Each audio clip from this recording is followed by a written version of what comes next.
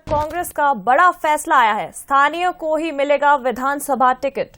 PCC chief Kamal Nath का बड़ा बयान, टिकट सिर्फ परमानेंट रेजिडेंट को ही दी जाएगी।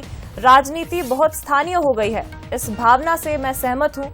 नेता अपना तबादला करा के न जाएं, केवल चुनाव लड़ने के लिए लोग दूसरे क्षेत्र में जाते हैं। बीजेपी बोली, कुछ नेताओं को निपटाने के लिए ये फैसला लिया गया है।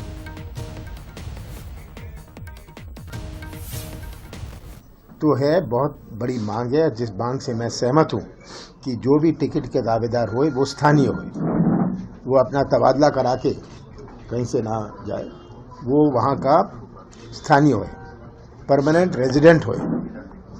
केवल चुनाव लड़ने के लिए कोई लोग जाते हैं दूसरे क्षेत्र में, ये बहुत बड़ी मांग है और ये बहुत बड़ा राजनीतिक परिवर्तन भी है कि राजनीति बहुत स्थानीय हो गई है। स्थानीय भावनाएं बहुत जबरदस्त है और मैं इन भावनाओं से सहमत हूँ।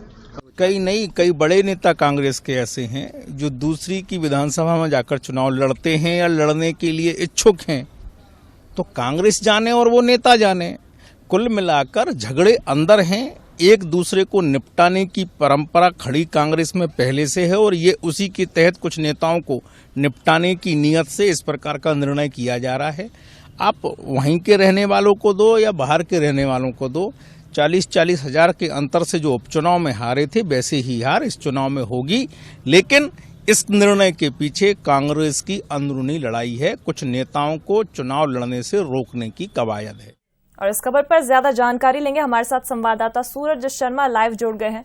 और सूरज, कांग्रेस ने फैसला लिया है कि स्थानीय लोगों को ही विधानसभा की टिकट दी जाएगी, तो क्या इसे एक नई रणनीति के तौर पर देख सकते हैं आने वाले चुनाव की तैयारियों के लिए?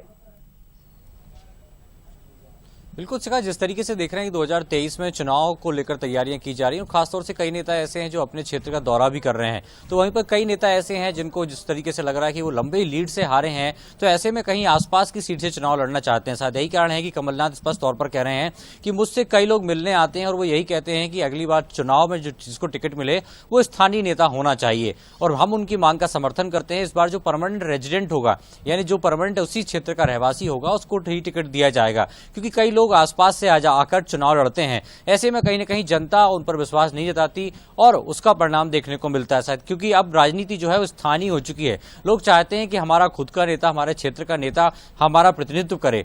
अब देखना ये होगा कि किस तरीके से कांग्रेस में भी देखा जा रहा है, कई बड़े नेता हैं या कई क्षेत्र ऐसे, चाहे मालवा की बात करें, बुंदेलखंड की बात हो, ग्वालियर चंबल की बात हो, तो कई स्थानों पर जो नेताओं की स्थिति ठीक नहीं है या पिछली बार का जो चुनाव है बहुत कम मार्जिन से वो जीते हैं। ऐसे में कहीं ना कहीं ये फराक है कि कहीं ना कहीं आसपास की सीट, चाहे ग्वालियर शहर की बात हो या इंदौर शहर की बात हो, जबलपुर की बात हो, कई ऐसे स्थान हैं जहां पर नेता चाहते हैं कि उनके आसपास से जो लगी हुई सीट है वहां से चुनाव लड़ें।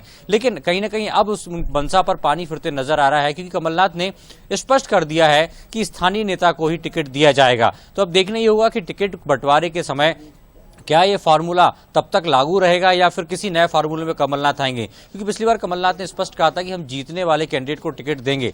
लेकिन अब ये तय हो गया है कि पिछली बार जिस तरीके से देखा कि कई लोग हारे और जिनमें यही नाराजगी थी स्थानीय नेताओं में, स्थानीय जनता में, कि बाहरी को टिकट क्यों दिया गया, तो शायद यही कारण है कि कमलनाथ ने बड़ा फैसला लिया है कि अब परमानेंट रेजिडेंट को ही विधानसभा में टिकट दिया जाएगा। शिखा जी, शुक्रिया सूरज तमाम जानकारी के लिए। तो राजनीति स्थानीय हो चुकी है, जिसको देखते हुए शायद कांग्रेस ने ये बड़ा फैसला लिया है।